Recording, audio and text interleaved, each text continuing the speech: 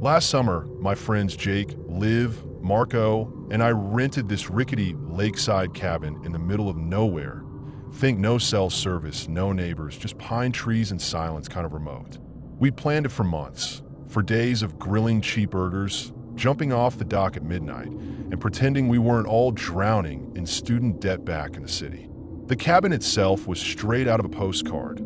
Creaky wooden floors, a fireplace that smelled like wet ash, and windows so old they warped the moonlight. But by the second day, Liv kept saying she felt like something was watching us from the tree line. We laughed it off until we saw the other cabin. It was Marco who spotted it first, this sagging, gray structure half swallowed by the forest on the far side of the lake. From our dock, it looked like a rotten tooth against the green. We'd been drinking lukewarm beers in the sun, so of course someone, probably Jake, slurred, "But it's haunted," and suddenly we were all piling into the canoe like idiots. The paddle over felt wrong, though. The water got weirdly still, like the lake was holding its breath. When we reached the shore, the air smelled like wet pennies and something sweet. Rotting fruit, maybe. The door was padlocked, but through the grimy window, I could see a water bottle on the table, still sweating like someone had just left it there. The inside of that cabin was wrong. Not just abandoned, stage star. A pile of dirty clothes slumped in the corner, still damp, like someone had peeled them off hours ago. But it was the photos that made my stomach drop. Dozens of them, nailed to the walls with rusty tacks, all curling at the edges. Vacation shots, family portraits, the kind of stuff you'd see in a thrift store. Then Liv gasped and pointed at one near the door. "That's me." The girl in the photo did look like her. Same crooked smile, even the same mole above her eyebrow. But the image was sepia-toned, the edges foxed with age. Marco tried joking that Liv had a doppelganger from the 1920s, but his voice cracked. Jake, though, he went dead silent. Later, I realized why. He'd seen his own face in another photo, wedged behind a broken mirror. Asterisk, we noped out of there fast, paddling back so hard the canoe almost capsized. By dinner, we'd convinced ourselves it was just a creepy coincidence. Some local artist project, maybe. But that night, I woke up drenched in sweat, my heart hammering. I dreamed of the cabin again, except this time, the photos were moving. The Liv in the picture had turned her head to stare at me, her mouth stretching wider than any human should. When I stumbled into the kitchen for water, the others were already there, pale and shaking. Turns out we'd all dreamed the same thing. The cabin, the photos, and something else. A figure standing in the trees, watching us sleep. Just nightmares, Jake kept muttering. But then we heard the knock on the door. The knocking wasn't loud, just 3 slow, deliberate raps like someone testing if we were awake. We froze. The cabin's front door had a chain lock, but when I crept closer, I saw it was already latched from the inside. My blood turned to ice. Through the gap, I caught a whiff of that same sweet rot stench from the other cabin. Then silence. We waited forever, barely breathing, until Liv whispered, "Look at the floor." Wet footprints led from the door to the couch, then just stopped, as if whoever made them had vanished mid-step. The worst part? They were too small to be any of ours. Marco grabbed a kitchen knife, his hand shaking. "We're leaving at sunrise," he said. But sunrise felt like a lifetime away. None of us slept. At first light, we packed in record time, tossing our stuff into the car like the cabin was on fire. Jake, ever the skeptic, insisted we check the old cabin one last time. "For proof," he said. Bad idea. The padlock was broken now, the door slightly ajar. Inside, the photos weren't just of Liv and Jake anymore. They were of all of us. Me mid-laugh by the dock. Marco chugging a beer. Even shots we couldn't have taken, like one of me asleep in the cabin's loft, my mouth slack, taken from above. That's when we noticed the fresh mud on the floor, the same reddish clay from our porch. And on the table, 4 empty water bottles, arranged in a perfect line, condensation still glistening. We ran like hell. The car wouldn't start at first, engine dead silent, until it suddenly roared to life on the 3rd try. We didn't stop driving until we hit a gas station 50 miles away. The gas station clerk took one look at us, wide-eyed, covered in sweat and lake mud, and asked if we needed an ambulance. Liv was hyperventilating into a paper bag while Marco kept checking the windows like something might be following us. We told the clerk we'd had a bad trip, too ashamed to admit the truth. But here's the thing. When Jake pulled out his phone to call his dad, we all saw it.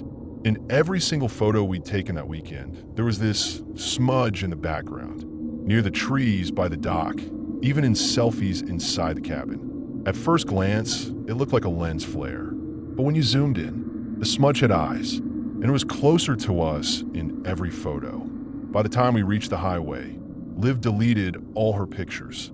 I wish I'd done the same. Back in the city, we tried to laugh it off. Mass hysteria, Jake called it. But little things kept happening. My apartment's fire alarm went off at 3 a.m. for no reason, the hallway reeking of wet leaves. Marco's dog growled at an empty corner for hours. Then Liv sent a panicked group text. Her shower curtain had been pushed aside overnight, the tiles covered in handprints too large to be hers. The worst was the voicemail. 2 weeks after the trip, my phone buzzed with an unknown number. Just static at first, then a wet, gurgling whisper. "You forgot your jacket." I left my denim jacket hanging on the cabin's porch chair. I burned mine in the dumpster behind my building that night. A month later, Jake drove back alone, said he needed closure. We begged him not to go. He texted us a blurry photo of the lake at dusk. No cabin, just trees and water. Then radio silence. Police found his car parked near the gas station we'd stopped at, keys still in the ignition. No signs of struggle, just his phone on the passenger seat, open to his photo gallery. The last picture was a selfie, Jake grinning like his old self. But behind him, clear as day, was the rotting porch of that fucking cabin. And something was standing in the doorway, one hand raised like it was waving. The weirdest part? Jake's jacket was draped over the railing. Dry this time.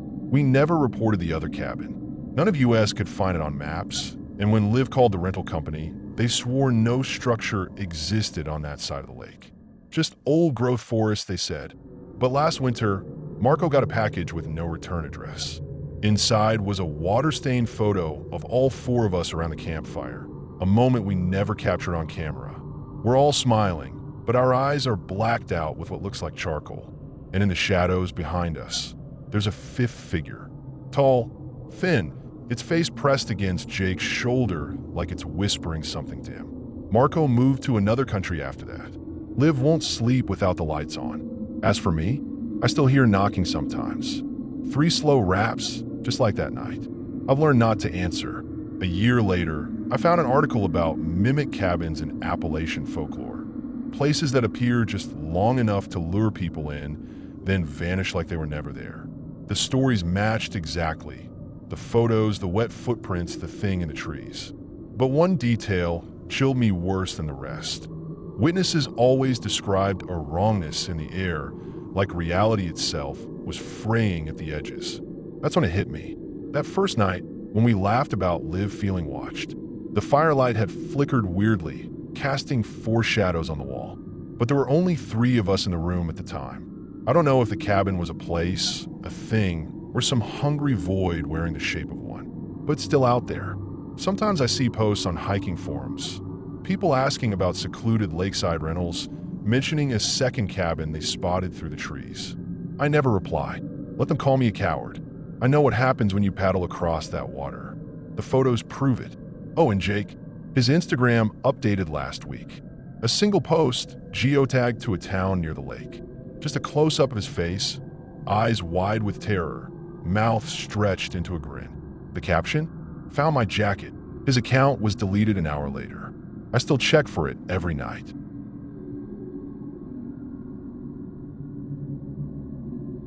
My girlfriend, Lena, and I were desperate for a break from the city, somewhere quiet, just us and the ocean. We found this supposedly hidden beach a few hours north, mentioned in a travel forum as a spot where locals camped to avoid tourist crowds.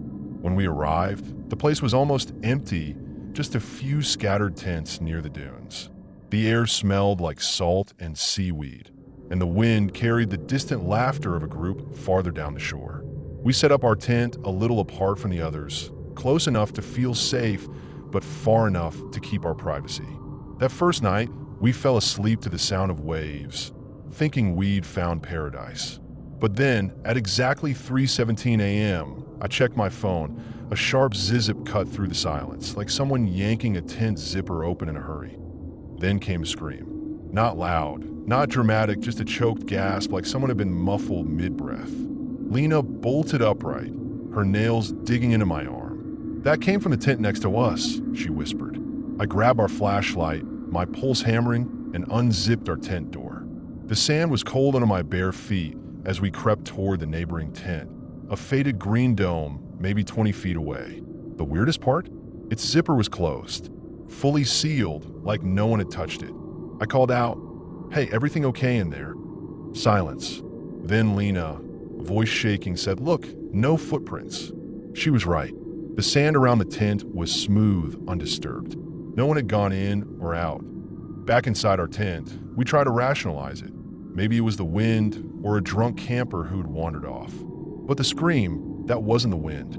Lena wanted to leave right then, but our phones had no signal, and the nearest town was a 40-minute hike through pitch-black dunes. So we stayed, sitting back to back, our flashlight between us like a weapon.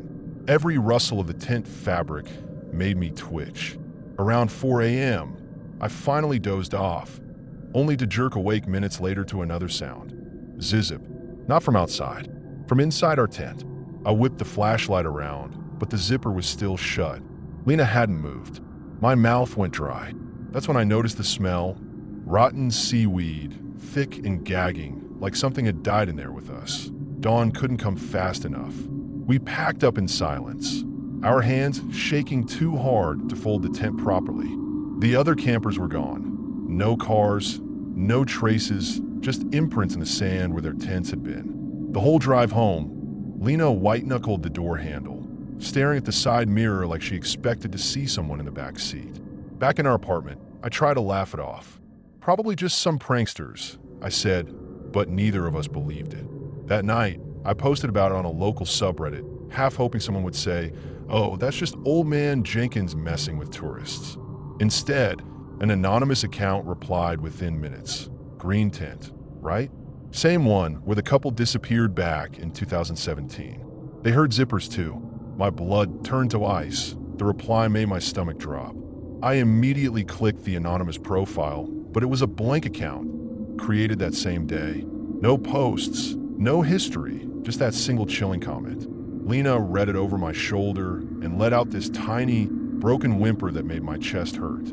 We spent the next hour digging through old news articles, our fingers trembling over the keyboard. Finally, we found it. A local paper from August 2017 with a small blurb about a missing couple last seen camping at that exact beach. No photos of their tent, but the description matched. Green dome, set up near the dunes. The worst part? They'd vanished without a trace, leaving behind all their gear, including their car keys still in the tent. That night, I barely slept. Every time I closed my eyes, I heard that fucking zipper sound. Around 3 a.m., I jolted awake to Lena shaking me violently. "It's happening again," she whispered, her voice cracking. Then I heard it too. Zip. Zip like someone was slowly opening and closing a tent zipper. But we weren't in a tent anymore. We were in our fucking apartment on the 12th floor. The sound was coming from our closet. I grabbed the baseball bat from under our bed, my hands slick with sweat, and swung the closet door open. Nothing but clothes hanging neatly. Then the smell hit us again, that same rotting seaweed stench, so strong it made my eyes water. Let me know if this is the right level of tension and detail. Should I make the next paragraphs more visceral? The next morning, Lena refused to stay in the apartment. She packed a bag and left for her sister's place, her hands shaking so badly she could barely zip her suitcase. I didn't blame her. I should have gone too, but some stubborn part of me needed to understand what was happening. That afternoon, I drove back to the beach alone. It looked completely different in daylight, just a normal, slightly run-down stretch of sand. No tents, no campers, just seagulls circling overhead. I walked to where we'd pitched our tent, my heart pounding. The sand was undisturbed except for something glinting near the dunes. A single car key, half buried, its metal tarnished but still recognizable. The logo matched the missing couple's car from the article that I called the police right then, my voice barely steady as I explained what I'd found. They took a statement, but treated me like some paranoid city kid who'd watched too many horror movies. The officer in charge, a tired-looking guy with coffee stains on his shirt, said they'd look into it. As I turned to leave, he added offhandedly, "Funny thing, though, that key wasn't there yesterday when we did our monthly beach sweep." His casual tone made my skin crawl. Driving home, I kept checking my rearview mirror, expecting to see that green tint somehow following me. When I got back to my empty apartment, I did something stupid. I Googled the names of the missing couple. The second I hit enter, every light in my apartment flickered. Then my laptop screen went black except for 2 words in the center: "Stop looking." Should I intensify the supernatural elements more, or keep it ambiguous for now? I slammed the laptop shut so hard the screen cracked. That's when the tapping started, 3 slow knocks on my bedroom window, despite being 12 floors up. I didn't sleep that night. Instead, I sat on my couch with every light on, the baseball bat across my knees, watching the closet door. Around 3:17 a.m., because of course it was that time again, my phone buzzed with a notification.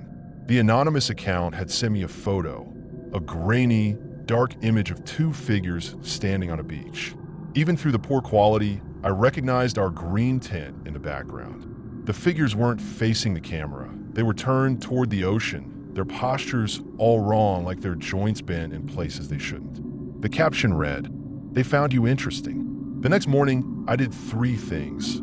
First, I burned the clothes I'd worn to the beach in a metal trash can. Second, I moved out of my apartment that same day, leaving behind half my stuff. Third, I drove to the nearest church and stole a vial of holy water from the font. I'm not even religious, but at that point, I'd try anything. For weeks, I slept in cheap motels, jumping at every sound. Slowly, the occurrences lessened. No more zipper sounds, no more phantom smells. But sometimes, when I'm half asleep, I'll hear 3 faint knocks, always at 3:17 a.m. And I know better than to answer that a year later, I got a call from the police. They'd found the missing couple's car abandoned in the woods 50 miles inland, the interior covered in damp sand and seaweed. No bodies. The weirdest part? The officers swore the car hadn't been there the day before, yet the tires were sunk deep into the mud like it had been parked for years. When they opened the trunk, they found a single item, a tent zipper pull, green with corrosion, clutched in the skeletal hand of something that definitely wasn't human. That I never went camping again. Lena and I broke up. Some things change you too much to go back. But last month, I got another anonymous message. Just a photo of an empty stretch of beach at dusk, with one detail that made me vomit: fresh footprints leading from the shoreline to the dunes. And beside them, a second set of prints, but these were all wrong. The toes too long, the strides uneven. The message read, "They're still waiting." Now I keep a packed bag by my door, and I never, ever look at my closet when I hear the zipper sound at night. Because the worst part isn't the fear, it's knowing that someday I might see what's on the other side.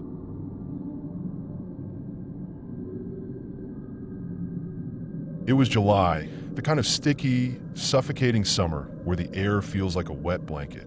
Me and 4 of my old college buddies, Jake, Priya, Marco, and Leah, had driven up to visit our friend Daniel, who was renting this weirdly cheap beach house for the season.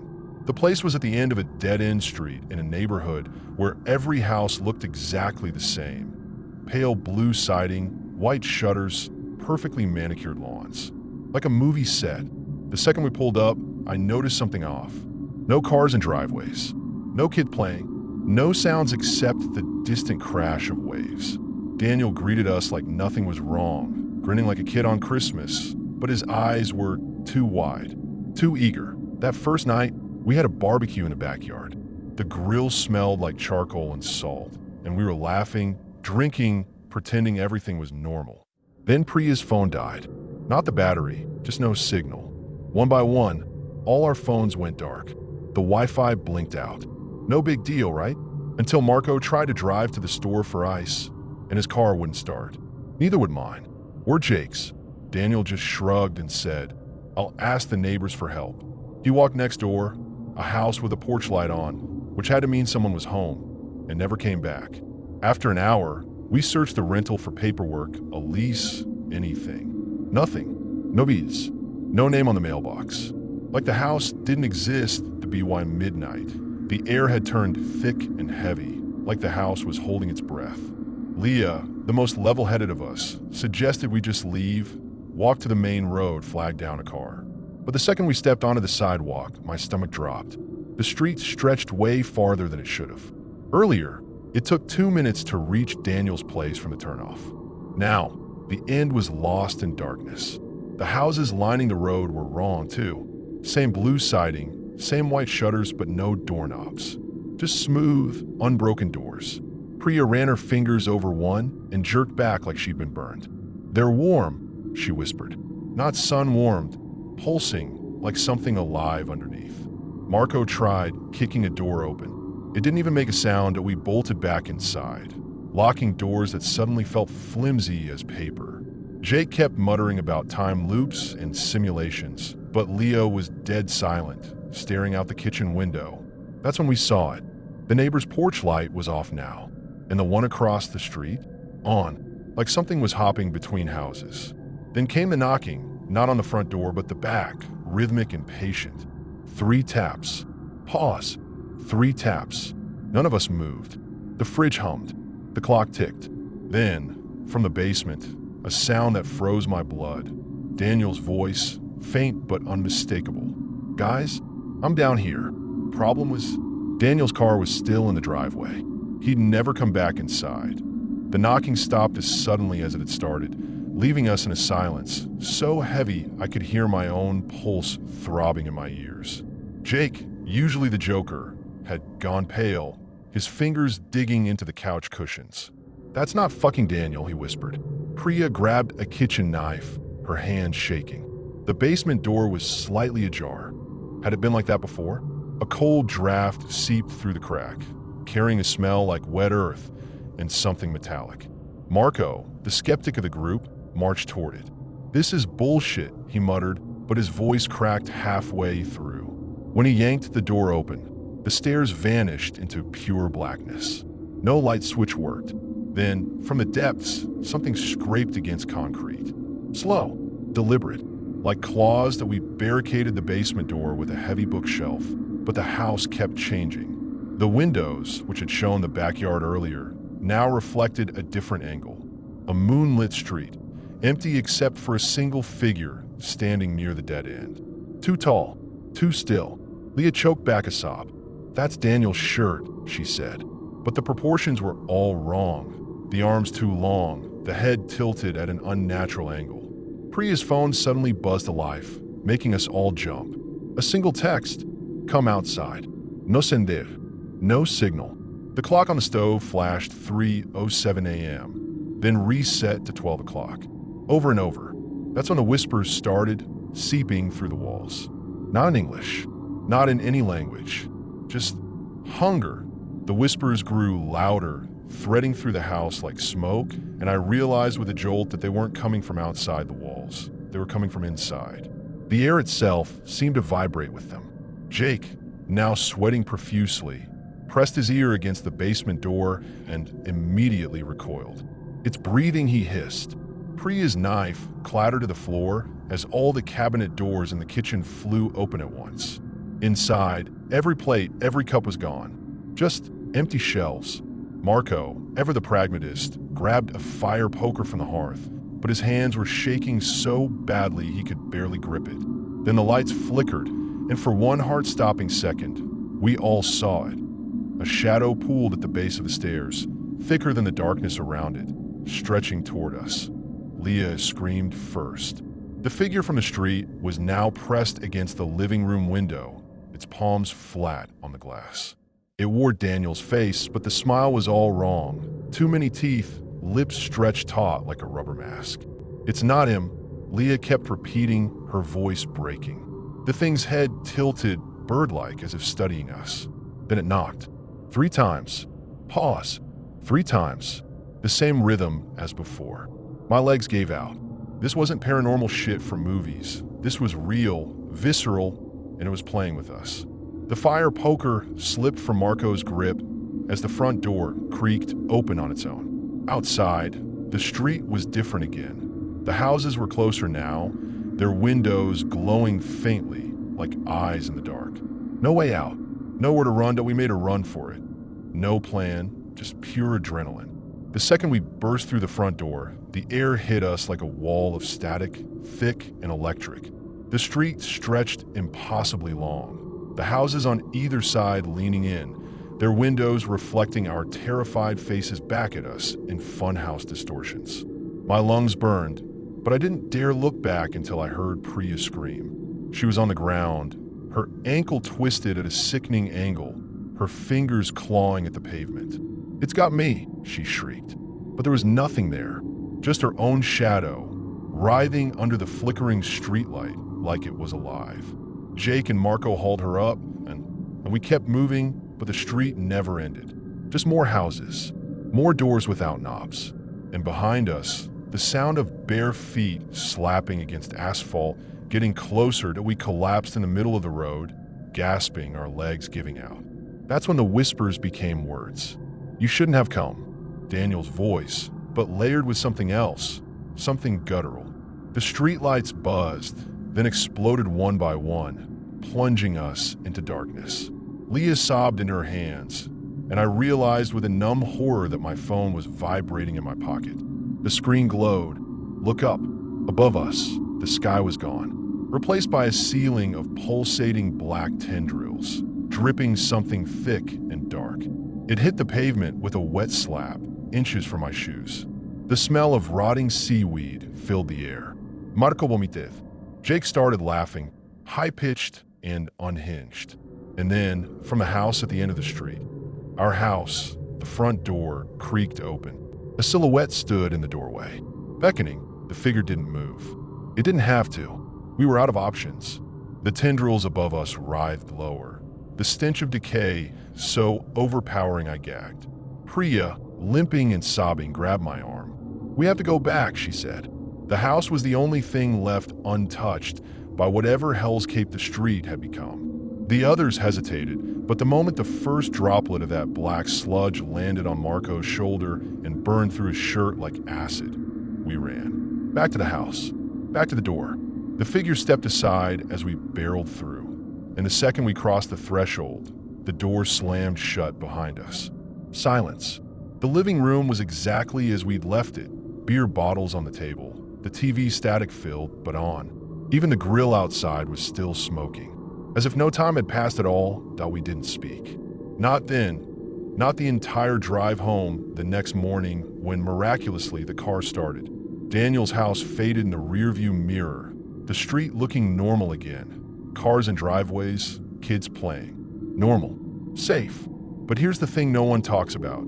Trauma doesn't end when a nightmare does. Priya's ankle healed, but she still limps when she's tired. Jake won't go near beaches. And me? I get texts sometimes from unknown numbers. Just 3 words, "We miss you." I never reply. But last week I saw Daniel in a crowd, or someone who looked like him. He was smiling that same, too wide smile, and when he caught my eye, he tapped his fingers against his leg. 3 times. Pause. 3 times.